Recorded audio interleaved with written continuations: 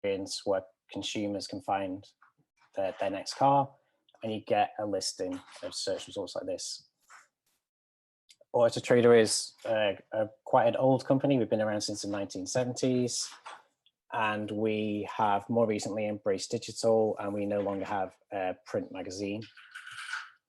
And as of 2013, we're a fully digital business. Oh. And one of the important things to realize about AutoTrader is we're a two-sided marketplace. So we offer services to consumers. So for example, new and used car search listings, valuations, things like price indicator to say whether the car you're looking at is good value or not, car reviews, dealer reviews, editorial content, lots of things that are consumer focused. And we also provide services for retailers. So whether that's classified advertising, finance solutions, or maybe where some of the more of the data is used in like forecourt management tools that allow a retailer to understand how their business is performing. And as a result of this, we have massive amounts of data. We have around 235 million advert views a month, around 50 million monthly cross-platform visits, around 500,000 vehicles are listed online at any one time. And that means we have a lot of data, both about the automotive marketplace and how consumers are using that data as well. And all that means that we have a data hungry workforce. People in work for AutoTrader want to understand the business. They want to understand how we can build better products. So 3 years ago, we went on a journey and we decided that moving to a scalable cloud-based flexible data platform was a strategic initiative and an absolute requirement for our changing business goals. So we decided to build a new data platform. So we have a data lake in S3. We use a combination of Apache Spark and a tool called dbt for our extract, transform, and load operations. And we leverage BigQuery as our data warehouse and Looker as our BI tool. And we have capabilities around developing machine learning models and doing low latency predictions and things like that. I won't be talking about any of that today. The thing I'm going to be focusing on today is the thing at the top called Snowplow Analytics. And this is where we collect events around how our users are engaging with the AutoTrader website.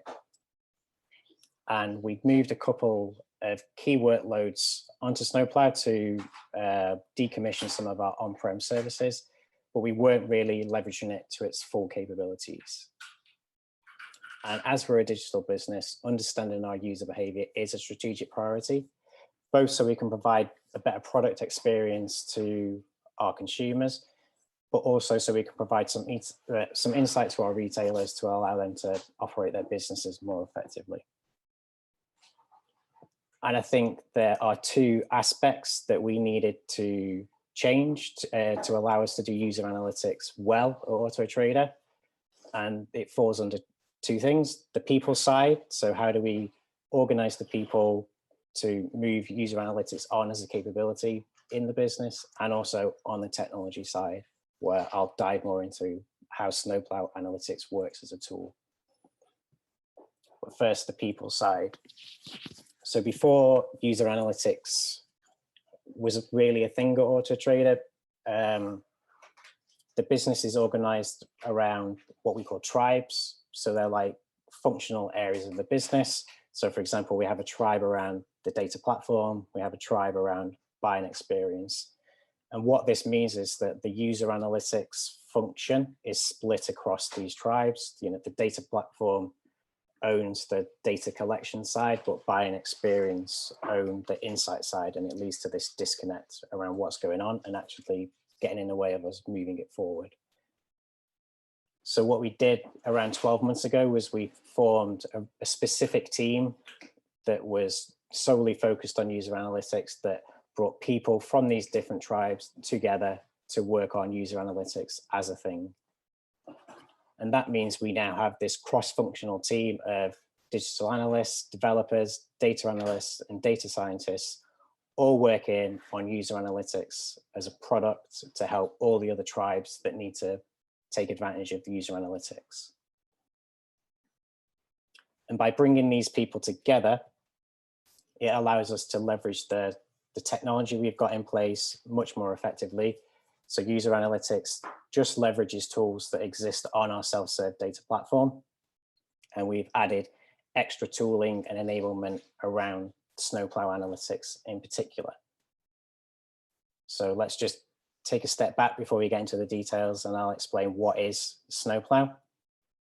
So Snowplow Analytics is a technology that allows us to collect event data in real time. So we can collect events from the consumer website, so what pages you've looked at, what buttons you've clicked on, things like that. If you've ever used Google Analytics, it's a similar kind of event insight that you would collect. And as well as the consumer website, we can also collect similar events from our native applications in Android and iPhone. And also a really important aspect for us is we can also collect events from our own backend server solutions. So client-side tracking is lossy, either because people have unreliable internet connections or because they're running an ad blocker. So we can fill in some of the gaps by collecting events server-side ourselves. And what Snowplow allows us to do is collect all these events into a single pipeline. And there's some extra features in Snowplow which make it even more useful for us. As events are entering the system, we can validate that they're correct. So we can prevent tracking bugs and bad data leaking down into the warehouse and ruining the analytical integrity of any insight we're generating. It also allows us to enrich the events as they come in. So we can do things like anonymize people's IPs to protect privacy.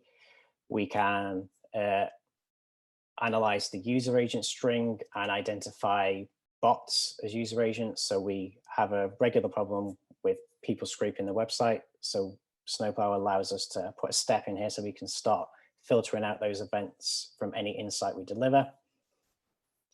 And then we can use these enriched events in two ways. We can build real-time applications around them, and we can also put them into our data warehouse in BigQuery and build out insight that can be exposed to the rest of the business. So Snowplow is really flexible. It runs in our cloud. It integrates with our existing monitoring and alerting solutions. We can build these real-time applications. And because we're getting this event data into our data warehouse in BigQuery, where we have other data sets from AutoTrader, we can start to join these together. So for example, we can understand, we have an event saying that a user looked at an advert. We can join that with the data set that says who owns the advert. So we can start to build up this richer picture of what's going on the website. And one of the important things is because we can validate the events at the point of collection, we can actually empower teams to curate the tracking themselves. And there's like a set of guardrails there that mean that it's quite hard for people to break things. So if we consider this flow and event from it happening on a client to ending up on a Looker dashboard, we can imagine it as this timeline. And what the user analytics team has done is built tooling at every point on this timeline to enable people in other tribes to take advantage of the data we can generate around users. So they're going to walk this timeline, and I'll explain the different bits of work that user analytics have done along the way. So at the event firing layer, we can fire the event in a JavaScript tracker across desktop and mobile. And what we've done is we've implemented a web tracking layer, basically, that abstracts some of the complexities around Snowplow. So you can trigger events and you get the set of specific information on the event that is expected. So for example, when you're looking at a full-page advert of a vehicle listing, it will add a context to the event that gives you some information around what the advert is and what the vehicle is. So that means that we can make it very easy for the developers to add tracking to the website and it be compliant with what Snowplow expects on collection. And this means we can track reliably. this was a real problem before we adopted Snowplow. The tracking regularly broke, and we only regularly found out days later when somebody was looking at a report and a number looked a bit weird. And it takes a while to backtrack the issue and fix it. So by moving the reliability further towards the event being fired, we can alleviate a lot of those problems. And this also means that we can add automated testing around this process as well. So Snowplow offer this smaller version of their technology called Snowplow Micro, and we can run this in our continuous integration environment. And our web-facing teams at AutoTrader use a JavaScript testing tool called Cypress to run a set of tests against the bit of their website that they're developing to make sure that they're behaving correctly. And what we can do is we can add extra tests on top of this around the events that those pages should fire and whether those events are correct. And what this means is we can actually prevent tracking bugs from going live because they hit our continuous integration pipeline and they fail to build. So there's no way to push that change live. Now the developer would have to go back and fix the code to get the test to pass. So we can really ensure that data quality is thought about upfront, and we've got mechanisms in place to stop the data quality dropping off because people accidentally break the tracking. And because we do that, we don't have a massive problem at event collection when the events are validated against the expected schema. We do have monitoring and alerting around event collection and monitoring how many bad events are happening. And we've built a dashboard that development teams can look at to understand if they're responsible for an increase in bad events after. So for example, they do a release and we notice that the bad event volume has suddenly jumped, we can go and investigate. And obviously we collect the events and we store them in BigQuery, and we end up with a massive amount of event data in a very hard to understand table. So to give you some understanding of scale, when the website's at its busiest, we're probably collecting around 8,000 events a second. So over the course of a day, we easily generate a terabyte of raw event data. So you can imagine we've been running Snowplow pipeline for almost 2 years, I think now. So we've got hundreds of terabytes of this raw event data. So what we need to do is move to the next step of the event timeline and talk about data modeling. So the data is stored in our cloud data warehouse, which is BigQuery. And this allows us to query the data via SQL and use standard SQL tooling. But it also allows us to curate that data and create a richer set of data models on top that are more easily consumable for driving insight. And the tool we use for that is called DBT, or the data build tool. And what this does is it allows us to apply the principles of software engineering to analytics code. And if you're familiar with templating in certain programming languages, it's basically Ginger templated SQL. So what we can do is we can create macros and variable placeholders and add like a standard software engineering practice framework around how we create SQL. What we've done with DBT is build out a set of data models. So you can see here at the bottom, we have Snowplow raw events, this massive table with all the events in. And what we do is we layer on different data models. So we create a data model about UI interactions. So what things people are clicking on the website or in the apps. We create a screen views model, which allows us to understand what screens in the native apps people are looking at. And we can create a page views model, which allows us to understand which web pages are being looked at. And then what we can do is we can keep rolling these models up, so we can combine page views, screen views, and UI interactions into a sessions model. So we can start to see what a user's done in a session. Maybe they've looked at 3 advert views and clicked 2 buttons and spent 5 minutes on the website, for example. And then once we've got an idea of a session, we can build the concept of a user on top to understand different sessions from a user over a longer period of time. And one of the neat things that Snowplow allows us to do here is, because we have first-party cookies available to us, it allows us to stitch users together over a longer period of time. Or if they sign in and things like that, we can start to understand that maybe sessions that have happened 6 months apart are actually from the same user or the same device. What we can do with those set of core data models there is start to ask slightly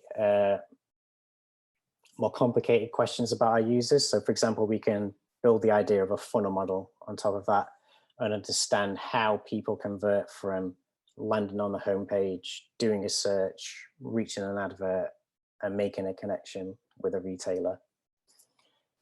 And we can also get a better understanding of how our users behave over time and understand when and where they're coming back. So maybe we see the same user one day on web and then 3 weeks later on the native apps. And as I said before, we can now stitch these users together across time. What we can now do is we expose these models in our BI tool called Looker. And Looker basically allows people to drill into all this BigQuery event data in like a curated manner. And these are just some example Looker views here. So the one in the top left is what's called an explore. So this maybe allows somebody that's slightly more familiar with the data to curate their own question to ask here. So for example, here we're counting the number of advert views by day or the number of sessions by day and things like that. And then we can also build a dashboard, which in the bottom right is like a funnel model. So you can see how drop-off is happening on a conversion funnel on the website. So what I've briefly done there is talk about the two aspects that I believe have contributed to the success of user analytics at AutoTrader. It's not just about the technology, it's also about the people and organizing the people in a right way to drive on the capabilities required in the business and make the best use of the technology.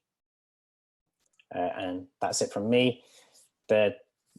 All the technology teams at AutoTrader regularly write blog posts on our engineering blog, the link's there, and we're actively recruiting across a lot of technology roles, including those in data engineering.